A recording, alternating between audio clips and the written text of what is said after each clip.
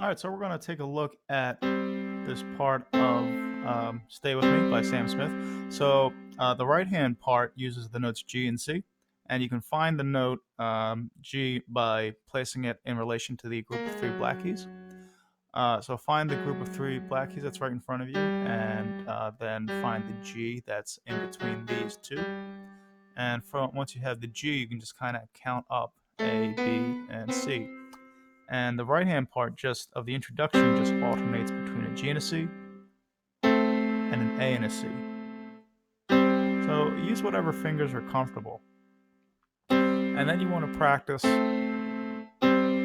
playing the rhythm, which is a little tricky. So it's a 1, 2, 3, 4. 1, 2, 3, 4. So you notice that last note is a little bit before beat 1. That's on the end of 4. So we count it like 1, 2, 3, 4. 1, 2, 3, 4. So you want to be careful of that. It helps to play along with the recording, and you want to do it a lot so that you can play it without making a mistake when we go to record it in GarageBand. And once you get that, you can add the left-hand part, which uses the same rhythm, and it's just the single notes A, F, and C. So when we put it together, it sounds. Again, you want to watch the rhythm. So 4, 1, 2, 3, 4, 1, 2, 3.